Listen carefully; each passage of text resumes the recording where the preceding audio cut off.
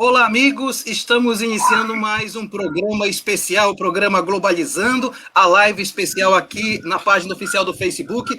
E para você que está nos acompanhando também no Deezer Podcast, no Spotify Podcast, no Apple Podcast, no Google Podcast e na Rádio Nama, bem como no YouTube, seja muito bem-vindo ao programa Globalizando. É um projeto de extensão do curso de Relações Internacionais. Estamos no ar há 8 anos, sempre levando discussões de temas internacionais e suas interfaces locais e regionais. Nós estamos em live durante a pandemia, a gente experimentou esse modelo e deu muito certo, e é sempre bom saber que você está conosco aqui no Globalizando. Cada programa tem um tema diferente, e nós escolhemos o mês de abril para tratarmos de temas leves, gostosos, que não trouxessem grandes sofrimentos. E a gente acertou muito, porque nos últimos programas têm sido maravilhosos as temáticas, e hoje não pode ser diferente. Nós vamos falar de cultura hispânica, vamos falar da importância de toda essa tradição hispânica, mas também os povos latino-americanos, como recepcionaram, como resistiram e como também conseguiram manifestar o seu próprio caráter, sua própria identidade diante dessa cultura hispânica. Esse é o tema maravilhoso do programa de hoje. Eu sou o professor Mário Tito, coordeno o curso de Relações Internacionais da UNAMA, e nós vamos conversar com uma pessoa que eu admiro, você não tem ideia de quanto eu admiro essa pessoa. Ela está comigo no curso de Relações Internacionais há tantos anos, e eu admiro porque é uma pessoa de um caráter maravilhoso, além de ser uma pesquisadora de mão cheia. Estou me referindo à professora Maria Ermelinda Baez. Ela é mestre em Comunicação, Linguagens e Cultura pela Universidade da Amazônia, especialista em língua portuguesa pela Universidade Federal do Pará, graduada em Letras Português e licenciatura Letras em Espanhol, ambas pela Universidade da Amazônia, e atualmente é nossa queridíssima professora da Universidade do curso de Relações Internacionais e do curso de Letras. Professora Maria Ermelinda, que prazer receber a senhora aqui no programa. Boa tarde, professor Mário Tito. Boa tarde, Verena, Érica, enfim, boa tarde a todos que estão nos assistindo agora, e para mim também é uma alegria estar aqui com vocês, compartilhando um pouco da cultura hispano-americana, da cultura hispânica. Obrigada por suas palavras. A admiração é recíproca, o afeto também. Muito bem, professora Maria Ermelinda vai estar conosco. Eu quero apresentar aquelas que fazem o programa comigo, a começar pela acadêmica do 7º semestre. Que bom ter você aqui, Érica Nascimento. Boa tarde, professor. Muito obrigada por me convidar mais uma vez para o programa Globalizando. Que honra ter a professora Ermelinda aqui conosco. Boa tarde, professora. Boa tarde, meninas, Luísa, Verena. E você que está nos assistindo, também fique à vontade para nos acompanhar nas redes sociais. O nosso Facebook é o programa Globalizando. Pode mandar mensagens, comentários, perguntas. Fiquem à vontade. Legal, Érica, muito bom. E também quem vai apresentar o programa comigo é a acadêmica do 8º semestre, Verena Moura. Verena, seja bem-vinda. Olá, professor Mário Tito, seja bem-vinda, professora Erminda. Sempre um prazer estar aqui na locução do programa. Convido vocês a estar seguindo a gente no Twitter, é o @pglobalizando. A gente está acompanhando diariamente o nosso conteúdo lá. Podem mandar perguntas. Muito legal, Verena. E completando a nossa equipe de apresentadores do programa de hoje, estamos com a internacionalista Luísa Veiga. Tudo bem, Luísa? Oi, pessoal, está acompanhando mais essa live do programa Globalizando. É um prazer estar aqui. Você está acompanhando pela Rádio Nama e pelas nossas outras redes. Muito obrigada por estar aqui. E, bom, queria pedir para vocês seguirem a gente no Instagram, @programa Globalizando. E também, caso tenham alguma sugestão de tema, alguma coisa, mandar um e-mail para a gente no programa globalizando@gmail.com. E também deixe seu comentário aqui embaixo que a gente vai estar conversando com vocês ao longo do programa. Legal, Luísa, obrigado. E olha só, nós vamos falar de cultura hispânica, já viram que eu estou com o violão aqui no vídeo, porque eu quero começar provocando a professora Ermelinda com uma música que tem muito de identidade latino-americana, tem muito de resistência, que é uma música que faz assim. Guantanamera, Guajira, Guantanamera, Guantanamera, Guajira, Guantanamera. Yo soy un hombre sincero, donde crece la palma. Yo soy un hombre sincero, de donde crece la palma, y antes de morir Antes de morir me quiero dejar mis versos Guantanamera, Guajira Guantanamera, Guantanamera, Guantanamera, Guantanamera, Guajira Guantanamera, Guantanamera, Guajira Guantanamera. Professora Ermelinda, que versos maravilhosos para começar o programa. Maravilhosos e sencillos. Sencillos, simples. Vocês sabiam que Guantanamera, que é um hino, você bem disse anteriormente, é um hino. Para nós, na América Latina, ele, na verdade, é resultado de um poema. Essa canção, ela tem parte dos versos de um poema de José Martí, um grande poeta cubano, que ele denomina o poema de versos sencillos. É uma ode à simplicidade, mas também à resistência contra a opressão, o poder, ao poder que vinha do norte, né, frente à simplicidade aqui do Caribe, que é o espaço onde se ambientam esses versos sencillos. E maravilha ouvi-lo cantar. Eu tratei de acompanhar em alguns versos só. Muito bom, obrigado, professora. E olha só, temos já perguntas chegando. Antes de eu passar para a Érica, tem um comentário já, né, Sérgio? Você pode colocar para a gente aí, logo para começar. O Rafael Orreda Baez, pelo sobrenome, está dizendo boa tarde, professora. Boa tarde, Rafa. É meu irmão caçula, professor de Geografia em São Paulo. Olha, essa é a família... Que bom, que bom. A Larissa Schoenberg está dizendo, mano, melhor professora de espanhol, saudades. Parabéns ao programa com esse tema maravilhoso e muito gostoso, incrível convidada, a professora Ermelinda. Que bom, obrigado, viu, Larissa? Érica, tem pergunta chegando então, né? Tem, professor. A gente recebeu uma pergunta aqui pelo nosso Instagram do Antônio Neto, e ele quer saber o seguinte: qual é a relação atual entre a cultura dos povos originários e a herança colonial espanhola na América Latina? Pode-se dizer que algumas tradições foram apagadas? Professora Ermelinda, o que a senhora tem a nos dizer sobre essa pergunta do Antônio? Caramba! Então, eu diria que ele pergunta de uma relação entre a cultura dos povos originários e a herança colonial. Bom, é uma relação, Érica, pautada por encontros e desencontros, certamente.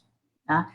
E desses encontros, e muito mais dos desencontros, surgem os muitos fantasmas que Aníbal Quijano coloca como tendo sua origem justamente no encontro desses dois grupos. De um lado, os espanhóis e portugueses que aqui chegam, e de outro lado, os povos originários.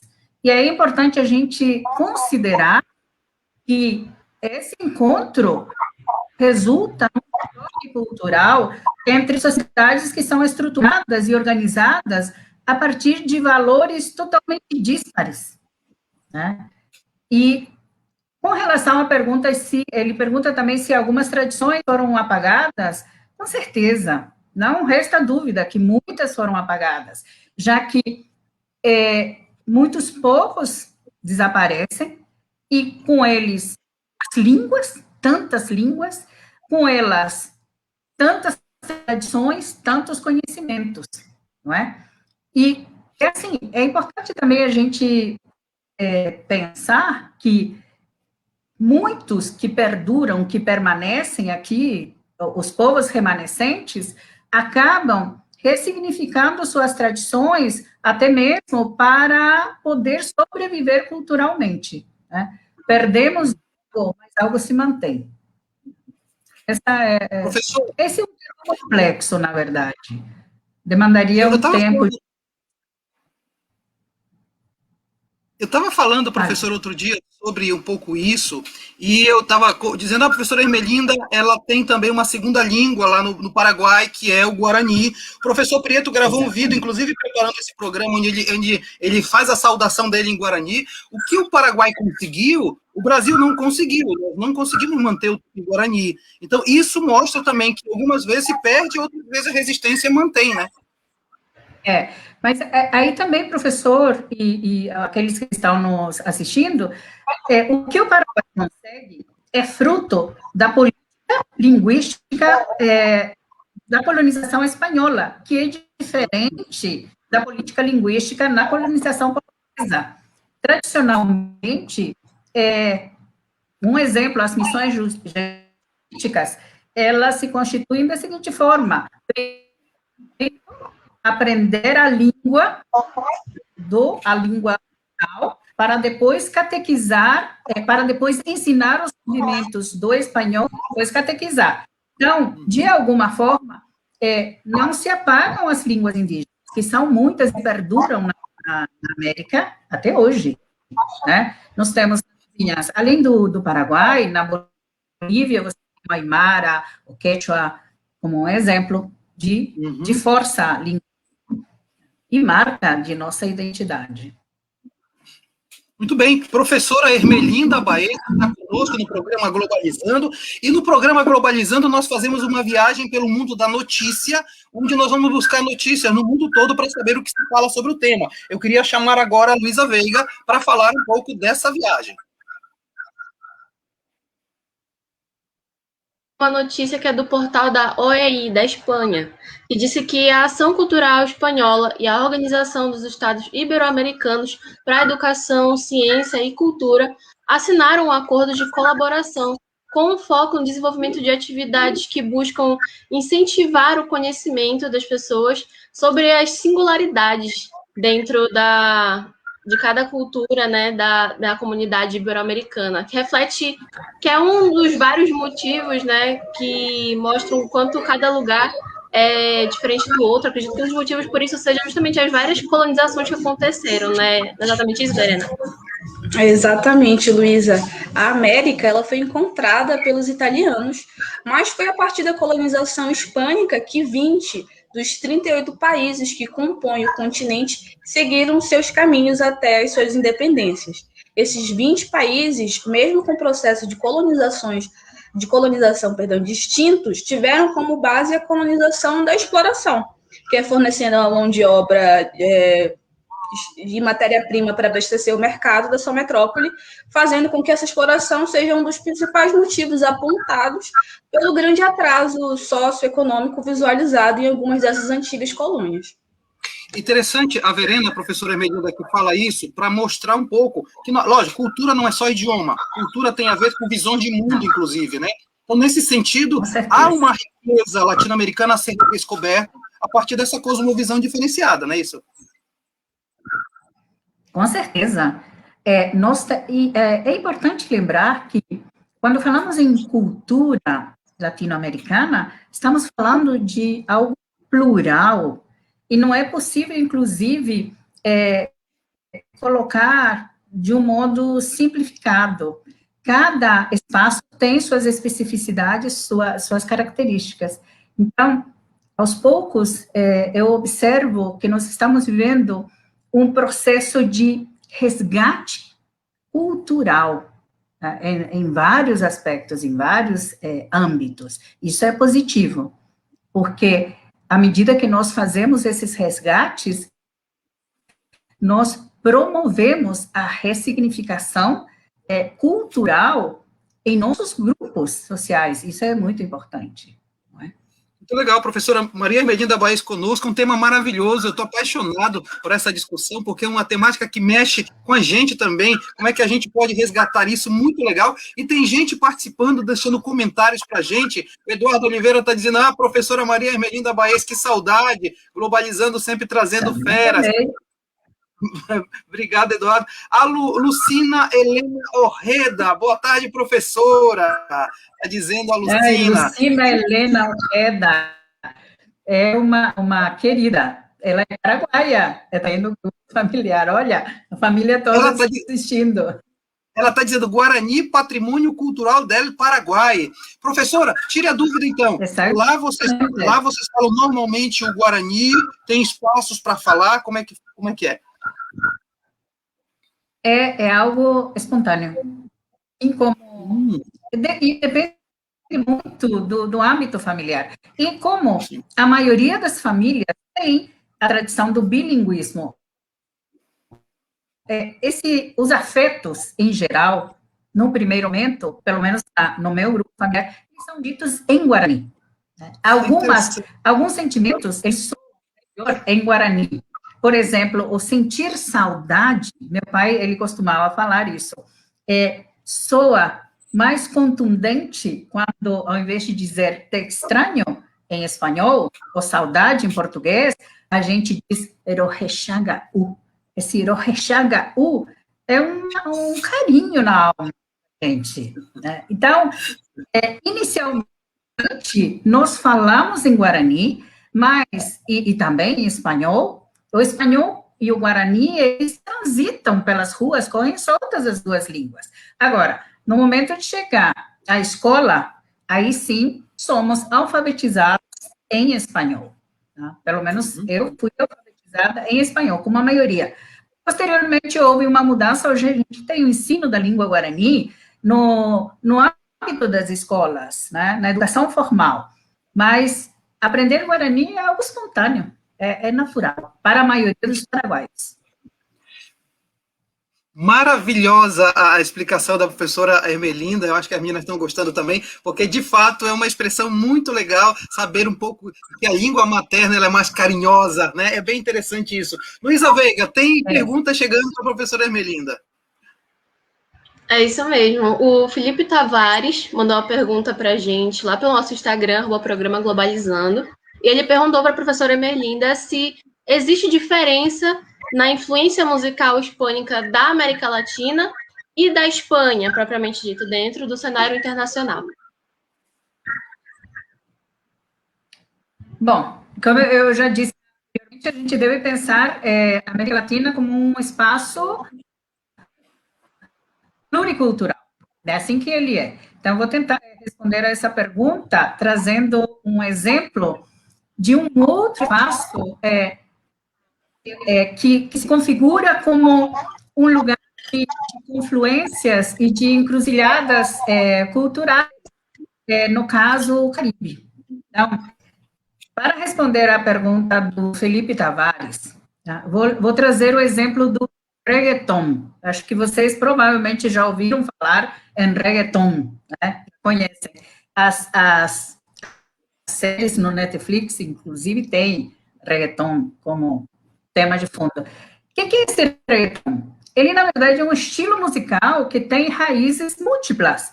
Tem a música latina, a música caribenha e a música europeia. Influência da latina, da caribenha e da europeia. E detalhe, a música caribenha, ela bebe em quais fontes? Africanas. Olha a multiplicidade que você tem. Detalhe, esse reggaeton, ele nasce do reggae panamenho, tá?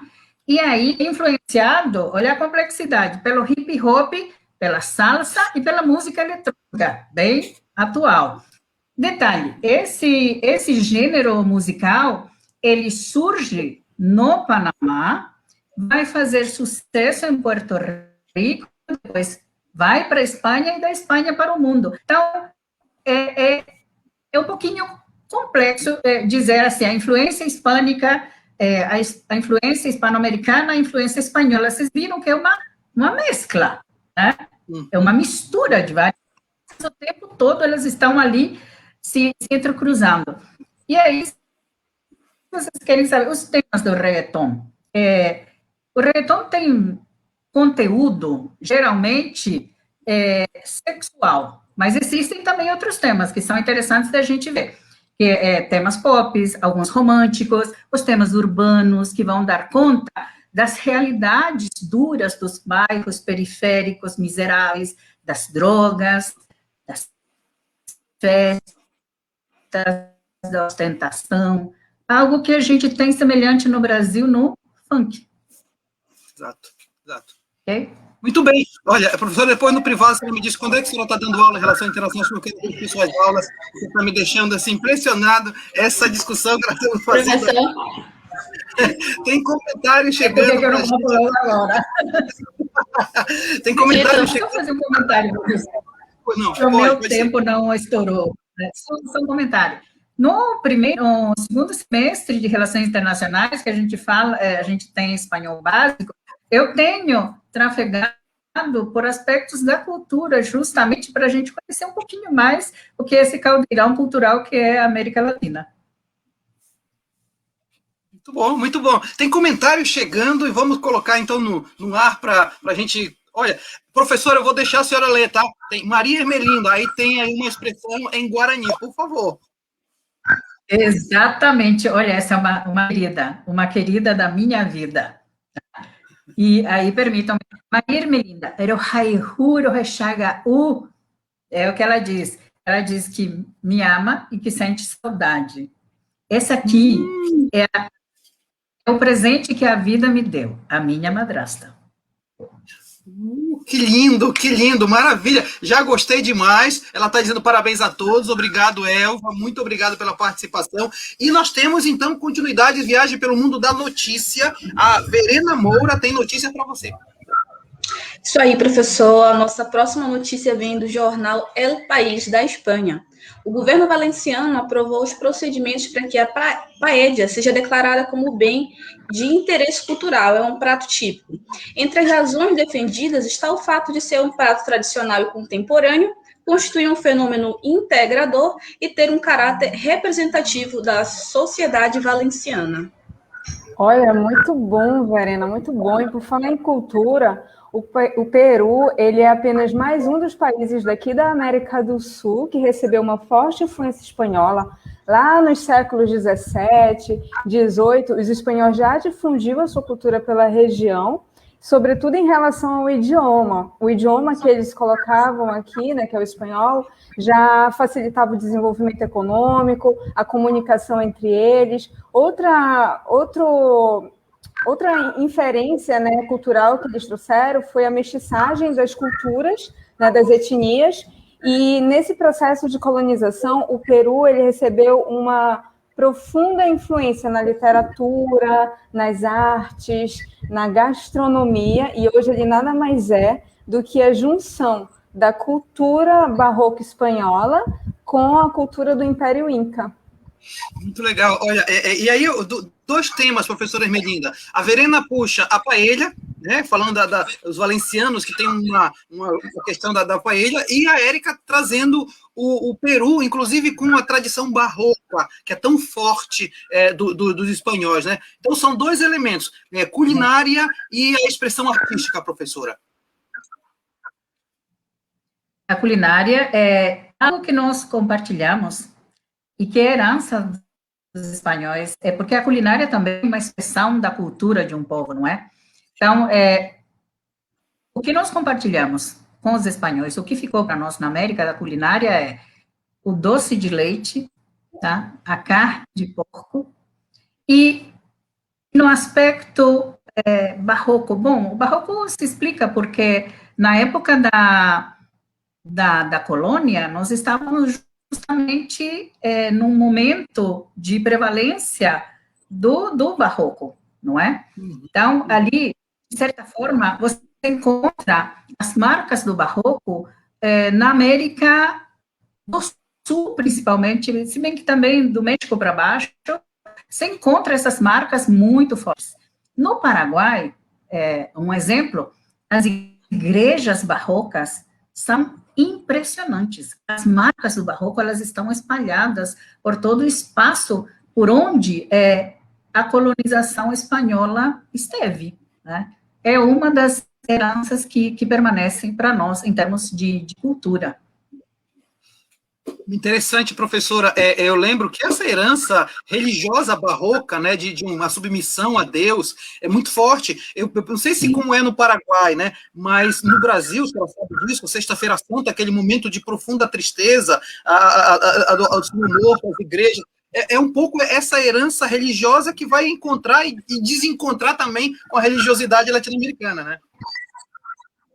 Sim, com relação a essa questão, deixe-me contar a vocês algo, por exemplo, de algum tempo no Paraguai, a Semana Santa para nós é uma semana de fato santa, sagrada. E na minha infância, tempo atrás, tá? Não era permitido nenhuma atividade, professor, Verena, Luísa, Érica e os demais que nos assistem, a partir da quarta-feira. Já tudo tinha que parar, as emissoras de rádio transmitiam música sacra até a Páscoa, né? Nem os pais castigavam os filhos, e naquele tempo os castigos físicos eram comuns, porque era a Semana Santa. É óbvio que isso foi mudando um pouco, são novos tempos, algo mudou, mas, no entanto, esse cuidado extremo, né, com os valores religiosos perdura. Muito bem, nós estamos com a professora Maria Ermelinda Baez, ela é professora da UNAMA, do curso de Letras e também do curso de Relações Internacionais. Aliás, uma das professoras, vocês não vão acreditar, ela é paraguaia, mas uma das melhores professoras de língua portuguesa que a universidade já teve. Eu preciso dizer isso para todo mundo, porque, de fato, é sensacional. Tem gente fazendo comentários, viu, Sérgio? Põe para a gente aí, por favor.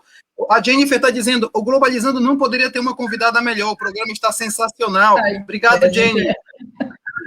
A Luciana Helena Orreda, el tereré tiene que ser reconocido como patrimônio cultural del Paraguai. É interessante isso, daqui a pouco você vai já falar sobre isso. Que tal? O que é o tereré e diga por que tem que ser reconhecido como patrimônio?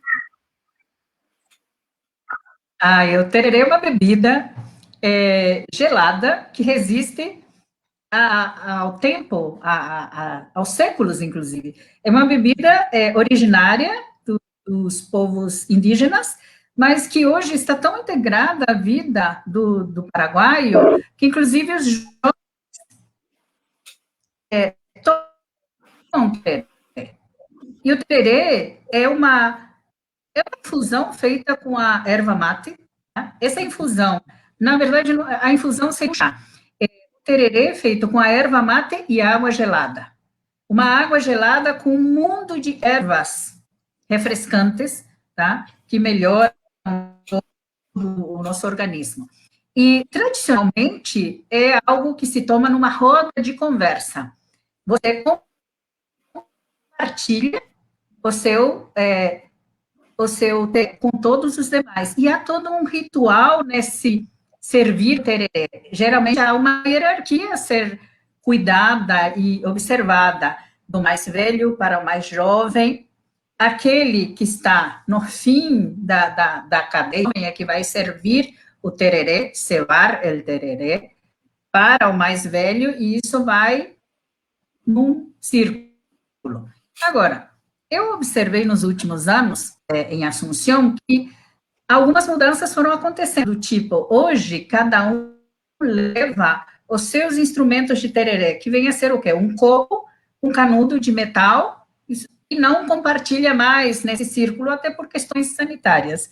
A tradição se mantém ressignificada. Esse é o tereré. E é um patrimônio absolutamente nosso. Na fronteira, no Mato Grosso, se toma tereré, mas é ali, respingos da tradição paraguaia.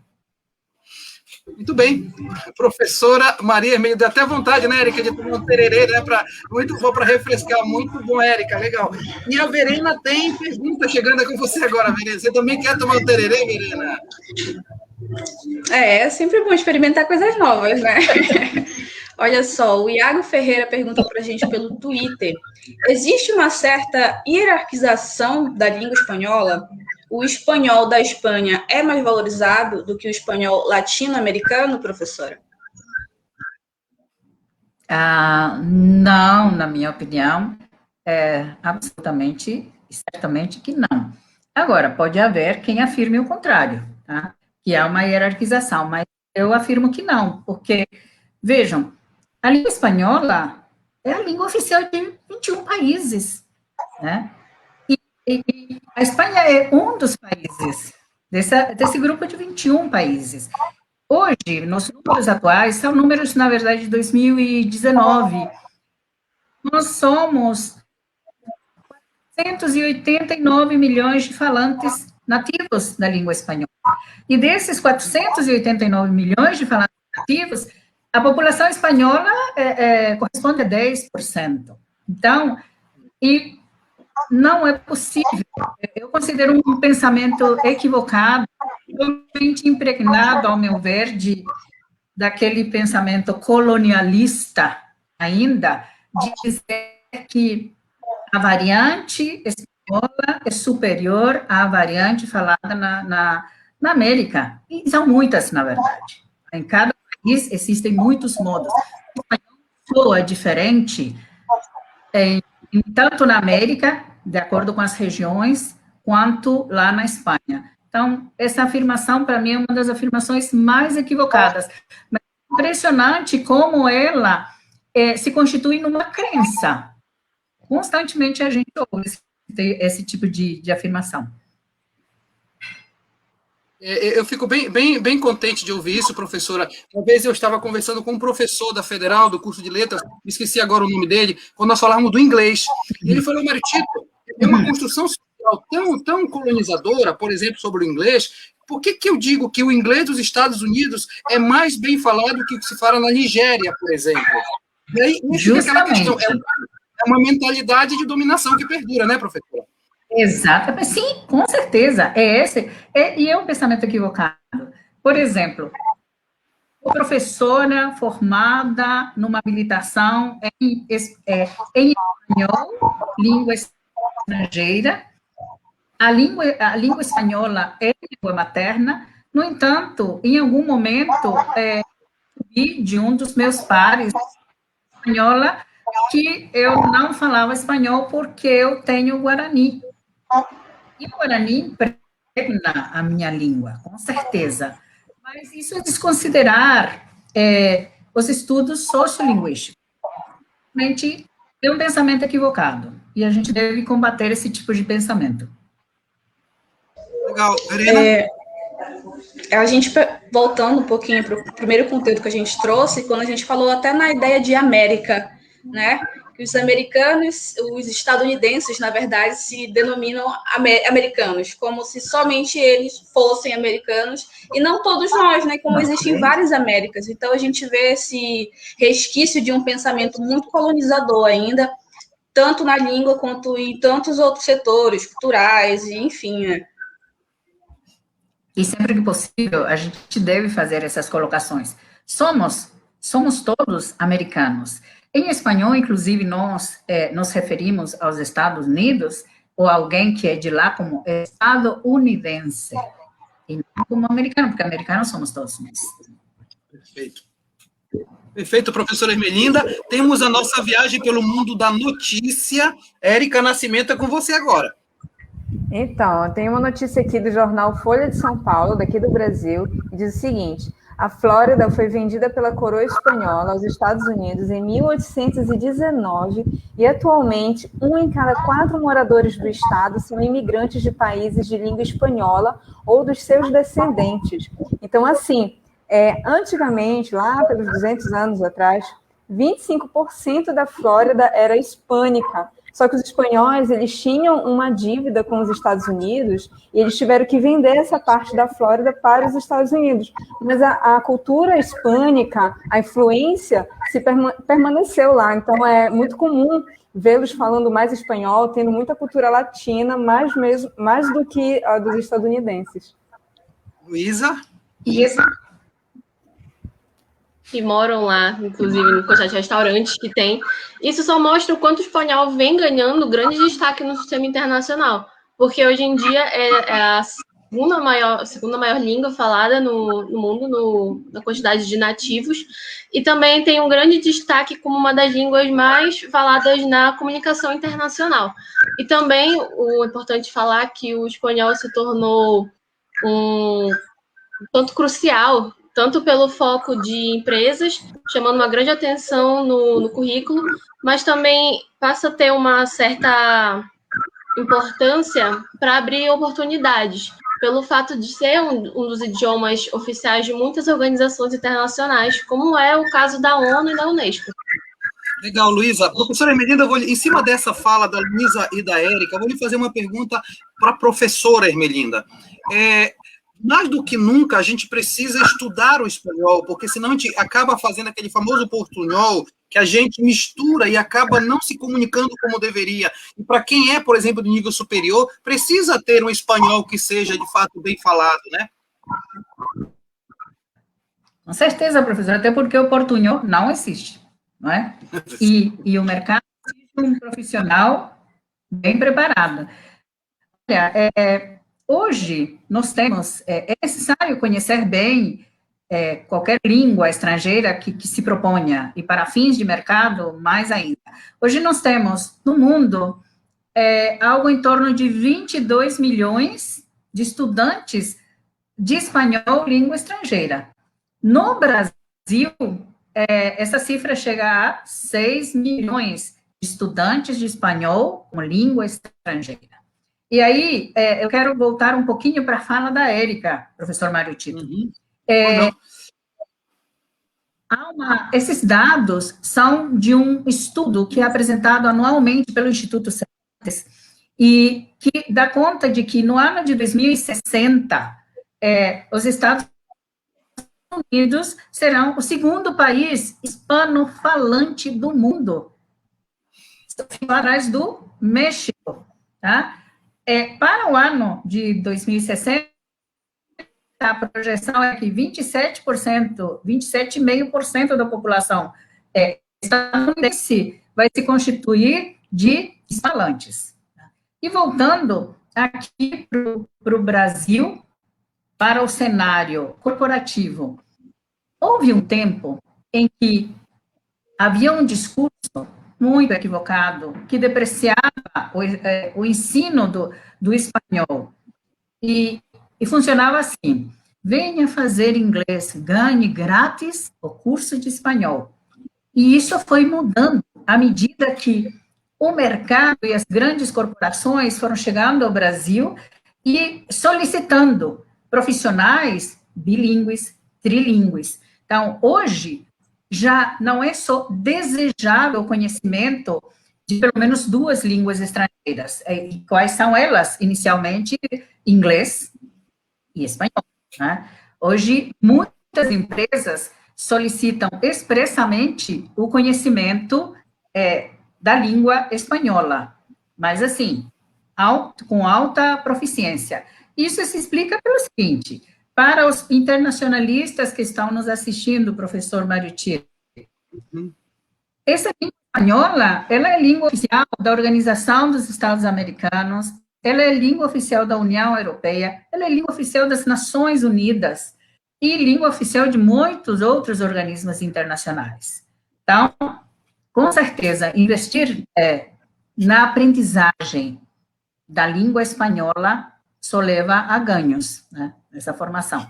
E, nesse sentido, eu aproveito para falar, o curso de Relações Internacionais da Universidade da Amazônia promove o ensino da língua espanhola, além do inglês e do francês também.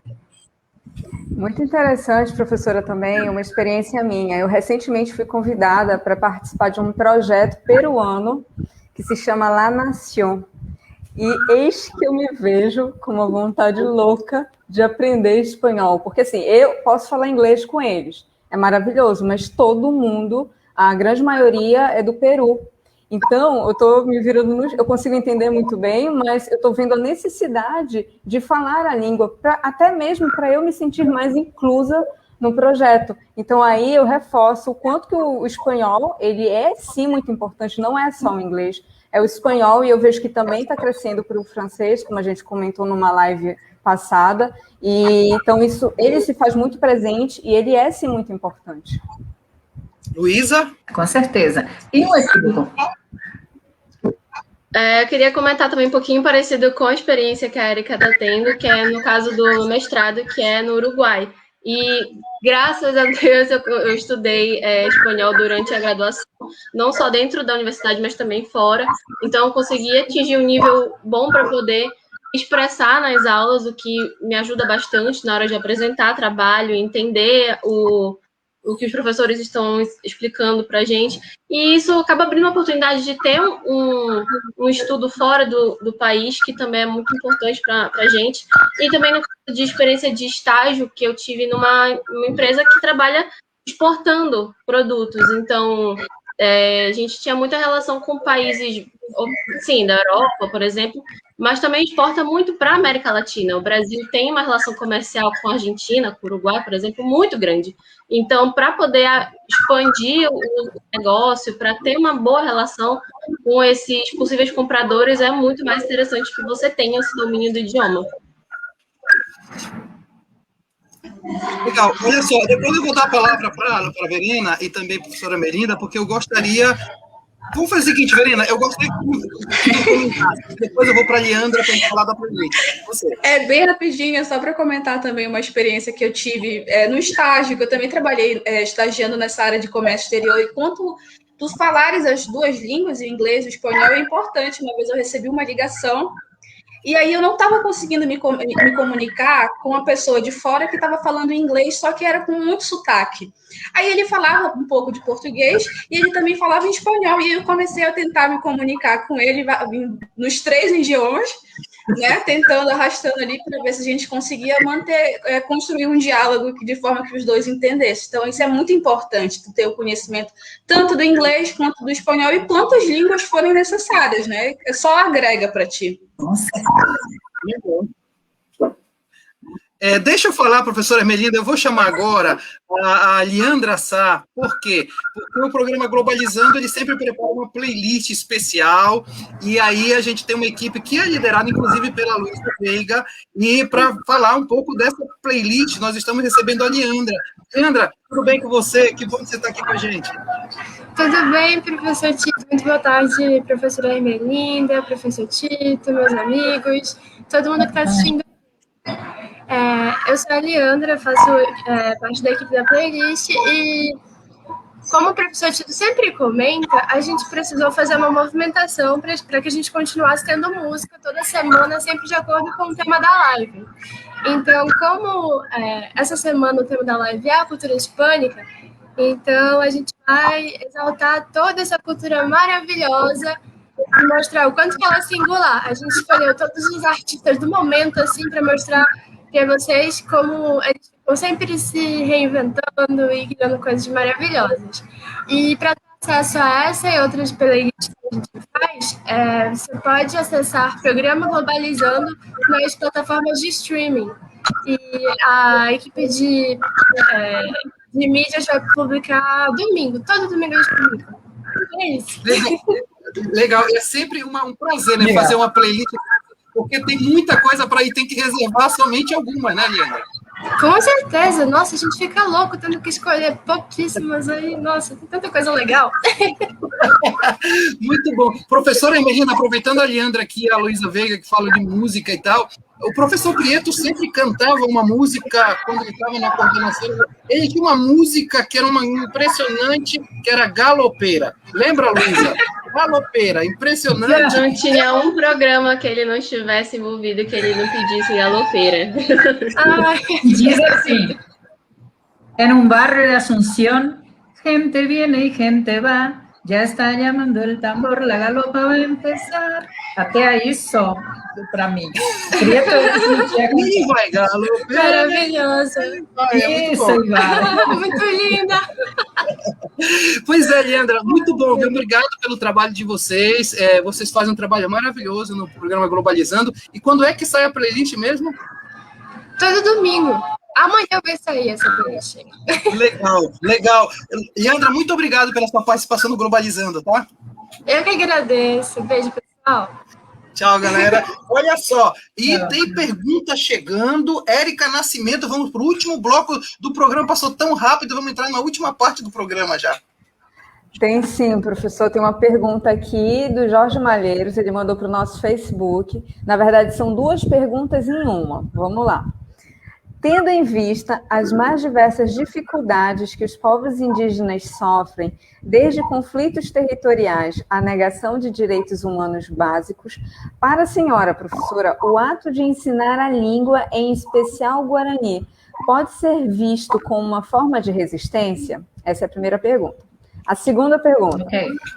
O ato de ensinar a língua também é uma estratégia de empoderamento desses povos enquanto forma de chamar a atenção da comunidade civil para a pauta indígena?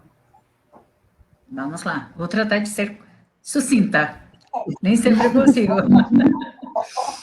Então, eu considero que ensinar a língua é resultado de um processo de resistência, não o ato do ensino da língua em si. Um pouquinho do ensino do Guarani no Paraguai. O Guarani chega aos bancos escolares, ao ensino formal no Paraguai, em consequência da força que essa língua tem no país. Né? E, é verdade, esse é o processo de resistência. Nós nos comunicamos em Guarani massivamente. Há uma parcela da população paraguaia que não fala espanhol, que não foi letrado, não foi alfabetizado em espanhol, que só se comunica em Guarani. Essa é a resistência. E dessa realidade é que nós chegamos ao ensino da língua. Foi um ganho, porque é uma modalidade bilínguica que ou percebendo a necessidade da população. Okay? Essa é a resposta para a primeira. A segunda é a questão do pensamento. Bem, eu vou na mesma linha. Tá? No Brasil, a situação é um pouco diferente. No Brasil, nós temos algumas instituições de pesquisa, formação indígena, que fortalecer a cultura indígena, que buscam, na verdade, contribuir para que as comunidades indígenas e os descendentes tenham um desenvolvimento cultural sustentável, tá? Um exemplo, hoje, é que exemplos de uso da língua indígena no Brasil em comunidades que não são só limitadas à população indígena. No Mato Grosso do Sul, existe uma localidade chamada Tacuru. Em Tacuru, a língua oficial, obviamente, português, mas por força também de uma lei municipal, a outra língua oficial de Tacuru é o Guarani. É a situação tá? Em São Gabriel se não me engano, São Gabriel da Cachoeira. Cachoeira, no Amazonas. Cachoeira, sim. Do Rio Negro. No Amazonas, há 4 línguas oficiais. Como assim? Além do português, lá nós temos o Banqua, Nheengatu e Tucano. O Nheengatu é a antiga língua geral, tá? E eu reconheço, inclusive, essa expressão, porque Nheengatu, para mim, em Guarani, tem um significado falante, aquele que fala muito. Então, e hoje, há um grupo de pesquisadores e de professores que está Nheengatu. E essa academia justamente se propõe difundir a língua Nheengatu e valorizar. É nesse sentido que podemos falar em empoderamento. Tá? E aí, só um comentário final. Existe também uma academia da língua guarani, no Paraguai, para vocês sentirem a força dessas línguas. Tratei de ser bem concisa, senão... Muito obrigado, professora, obrigado pela explicação maravilhosa, e a gente está muito feliz em poder contar com a senhora aqui no Globalizando, com tantas coisas boas, e aí nós temos a nossa última viagem pelo mundo da notícia, agora é com você, Luísa. Aliás, Verena, né? Não, é Luísa mesmo, desculpa, é Luísa mesmo. Fazer uma junção de 2 jornais, que é o UOL e o TAB, que é do Brasil e de Lisboa, respectivamente. E esses jornais dizem que a época da colonização espanhola, portuguesa, nas Américas e na África, é explicada nas escolas apenas como uma forma de expansão territorial e de engrandecimento desses dois países de maneira geral. E que essa forma de abordar esse momento da história acaba impedindo que as pessoas tenham uma visão um pouco mais crítica e entendam o quanto esse período de colonização realmente teve um nível grande de violência. É isso mesmo, Luísa. Mas além desse nível grande de violência, né, ainda sobre a colonização, com a colonização espanhola de diversos países e povos na América Latina, a cultura hispânica deixou marcas que influenciam até hoje nas culturas dos países latinos, especialmente nas línguas, como a gente já vem falando ao longo do programa. Na época, o contato dos espanhóis com os inúmeros povos regionais, que também tinham dezenas de variedades linguísticas entre si, resultou justamente em vários choques culturais diferentes por todo o continente. Por exemplo, países como a Argentina se referem à língua somente como espanhol, pois o termo castelhano, para eles, remeteria a esse passado de colonização. Então, professora Ermelinda, estamos quase chegando. Eu queria que a senhora comentasse um pouco isso que a Verena falou, e com relação exatamente a essa colonização, às vezes violenta, às vezes, como dizemos nós em relações internacionais, mais soft power, outras vezes mais hard power. Como é que a senhora vê essa situação? Hard power. A colonização espanhola certamente foi hard power, né? E aí, eu quero ilustrar com um exemplo que eu trago de Pablo Neruda, um poeta chileno, tá? Há no livro que se intitula Confesso que Vivi, há um texto dele que se chama La Palavra. O título é La Palavra. Vou fazer uma tradução aproximada do que ele diz em espanhol, ok? Em relação a essa colonização que foi tão dura, tão cruel, e diz assim, tudo em relação ele se refere aos espanhóis, com religiões, pirâmides, tribos, idolatrias iguais às que eles traziam em suas grandes bolsas. Mas, por onde passavam, a terra ficava arrasada. Mas, aos bárbaros, das suas botas, das suas barbas, dos seus elmos, das suas ferraduras, como pedrinhas, caíam as palavras, luminosas, e ficaram aqui resplandecentes. O idioma. Saímos perdendo, saímos ganhando. Levaram o ouro e nos deixaram o ouro. Levaram tudo e nos deixaram tudo. Nos deixaram as palavras. É só como é que Neruda olha para esse processo hard power, que foi a colonização espanhola, mas o grande ganho que foi a fala da Verena anteriormente, que é a própria língua, foi o grande presente que ficou para nós. Tá? E em relação ao que a Érica colocou agora, foi a Érica, sim, que na Argentina se diz espanhol e não castelhano, olha, ali há uma polêmica, porque na verdade, a denominação espanhol é uma denominação internacional. E é o nome que se dá oficialmente à língua na Espanha. E isso, na época, inclusive, foi alvo de muita polêmica, porque para a Espanha, a língua castelhana se constituiu na língua de unificação.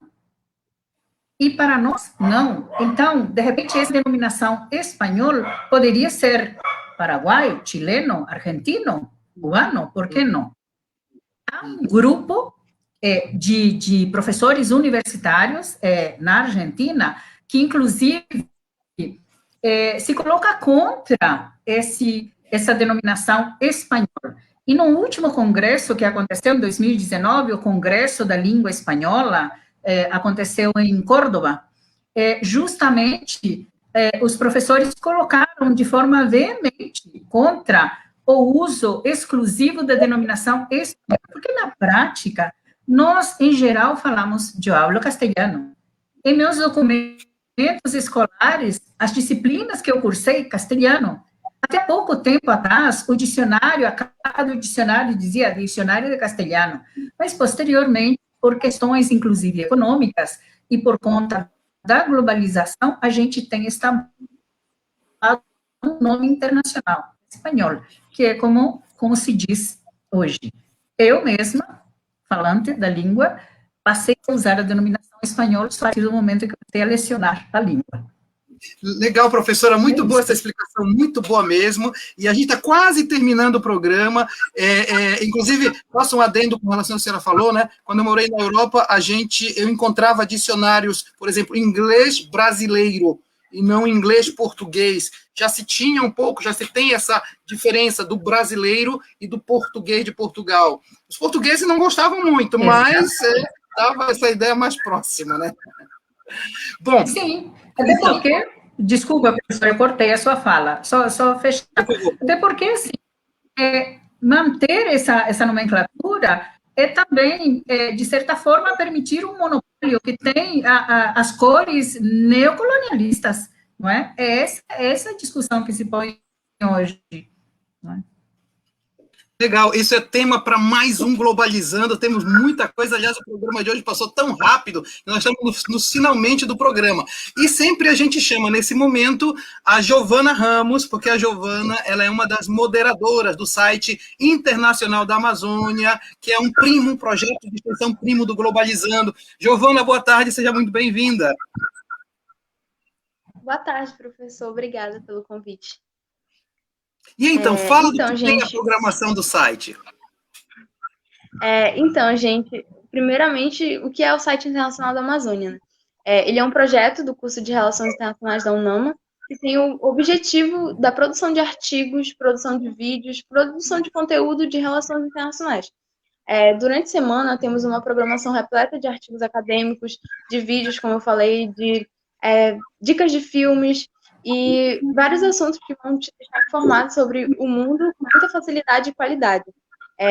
Nossas redes sociais são no Instagram e no Facebook, somos o @Inter da Amazônia, e no YouTube somos o Internacional da Amazônia. As nossas redes sociais está disponível nas nossas redes sociais com muita facilidade e qualidade dos acadêmicos de Relações Internacionais da UNAM.